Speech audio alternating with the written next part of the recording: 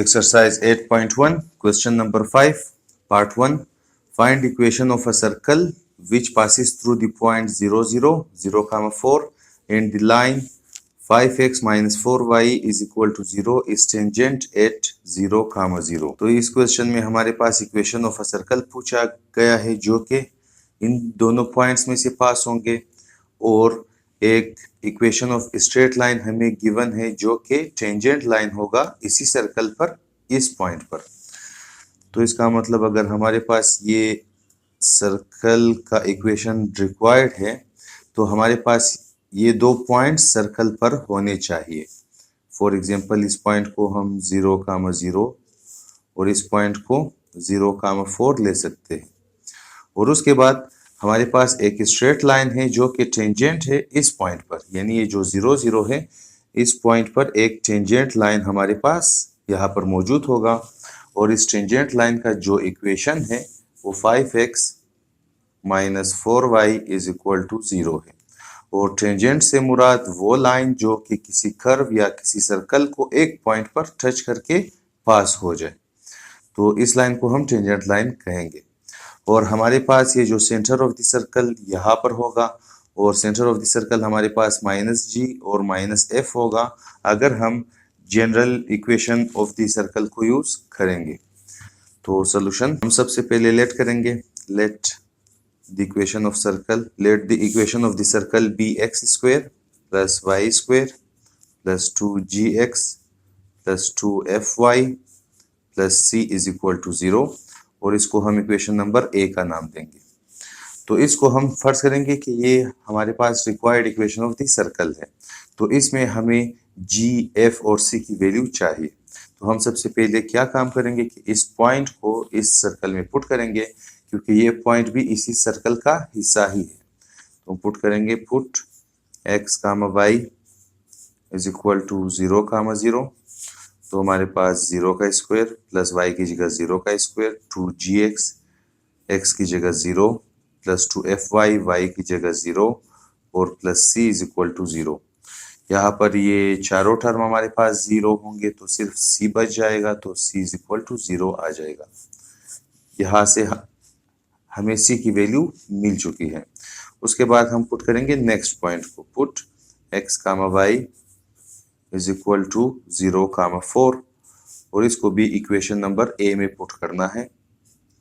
तो इक्वेशन ए में पुट करने के बाद हमारे पास x की जगह आ जाएगा 0, y की जगह 4, तो 0 का स्क्वायर प्लस 4 का स्क्वायर प्लस 2gx, x की जगह 4 प्लस 2fy, x की जगह 0 और 2fy, y की जगह 4 आ जाएगा, फिर plus c is equal to 0। यहाँ पर 0 का स्क्वायर 0 आ जाएगा, 4 का स्क्वायर 16 प्लस 2g इंटू 0 होगा 0 और इधर हमारे पास 8f plus c is equal to 0।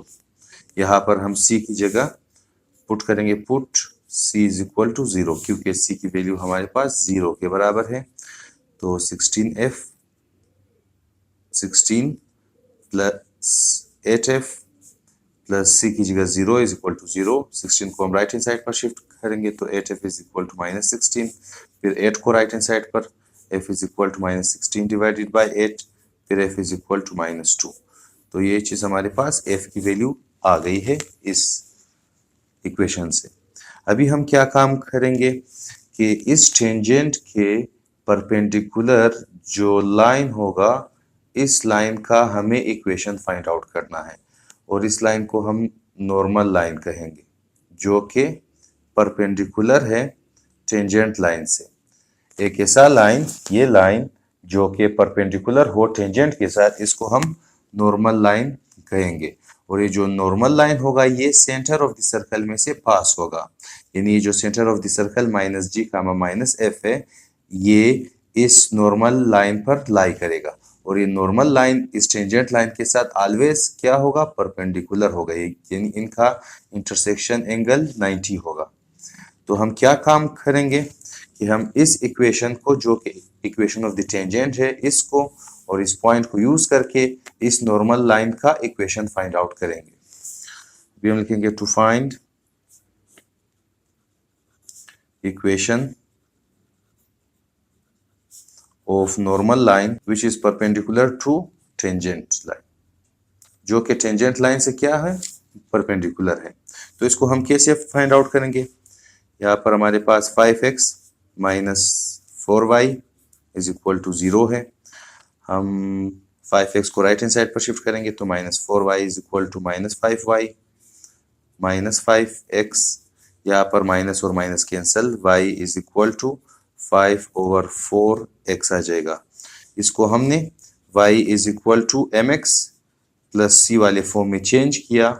यहाँ से हमें ये चीज़ पता लगेगा कि यहाँ पर हम प्लस 0 लिख सकते हैं, तो c की वैल्यू 0 और m की वैल्यू हमारे पास 5/4। तो स्लोप ऑफ टेंजेंट लाइन, इसको स्लोप को हम m से शो करेंगे और mt से मुराद स्लोप ऑफ टेंजेंट लाइन, ये बराबर होगा 5/4 के बराबर। क्यों? क्योंकि ये लाइन हमारे पास टेंजेंट लाइन है, इसको हमने स्लोप इंटरसेप्ट फॉर्म वाले शक्ल में लिखा है और m हमारे पास x का कोएफिशिएंट होगा, तो स्लोप ऑफ टेंजेंट लाइन 5/4। तो अभी हमारे पास जो स्लोप ऑफ नॉर्मल लाइन है, इसको अगर हम मल्टीप्लाई कर ले slope of the tangent line से, इनका आंसर -1 आना चाहिए। क्यों? क्योंकि ये जो दोनों लाइन है आपस में परपेंडिकुलर है। अगर दो लाइन आपस में परपेंडिकुलर हो तो उनके स्लोप का प्रोडक्ट -1 के बराबर आ जाएगा।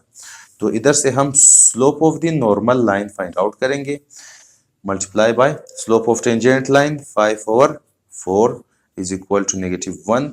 अभी हम 5/4 को राइट हैंड साइड पर शिफ्ट करेंगे तो slope of the normal line is equal to -4/5 आ जाएगा। तो ये चीज हमारे पास slope of the normal line है।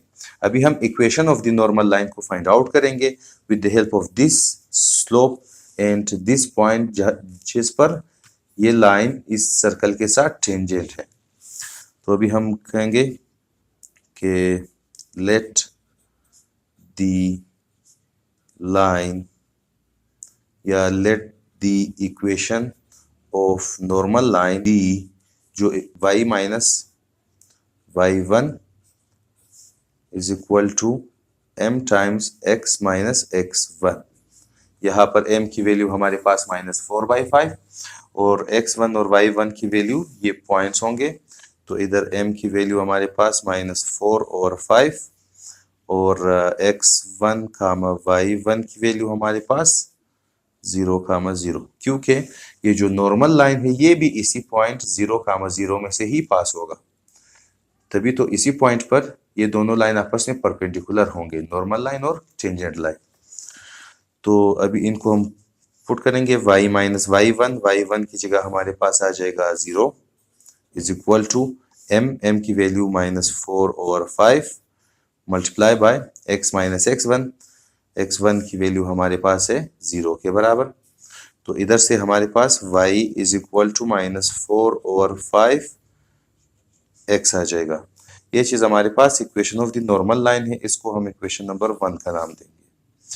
और चूंकि ये normal line centre of the circle में से पास होगा, तो इसीलिए हम इस लाइन में इस सेंटर ऑफ द सर्कल को पुट कर सकते हैं। तो नाउ पुट x, y, इन दोनों की जगह हम सेंटर ऑफ द सर्कल को पुट करेंगे, जो कि -g, -f है for the general equation of the circle, जिसको हमने इस क्वेश्चन में यूज किया है। और इसको हम पुट करेंगे इन इक्वेशन नंबर 1, और इक्वेशन नंबर 1 हमारे पास equation of the normal line था, जिसमें हमारे पास y is equal to -4/5x था। तो y की जगह आ जाएगा -f is equal to -4/5 x की जगह आ जाएगा -g। यहाँ पर हम 5 को लेफ्ट हैंड साइड पर शिफ्ट करके -5f लिख सकते हैं और राइट हैंड साइड पर हमारे पास 4g आ जाएगा। 5f को राइट हैंड साइड पर शिफ्ट करेंगे तो 0 is equal to 4g minus 5f। और अभी हम इसको इक्वेशन नंबर 2 का नाम दे सकते हैं। अभी हम इसमें पुट करेंगे f की value, put f is equal to -2, क्योंकि हमने f की वैल्यू को सबसे पहले इधर फाइंड आउट किए हुए हैं।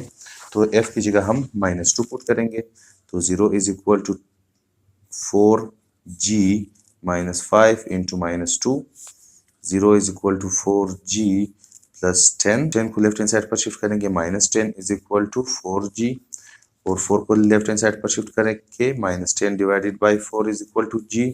यहाँ पर 2 2 एंड 2 5 तो g इज इक्वल टू -5/2 आ जाएगा।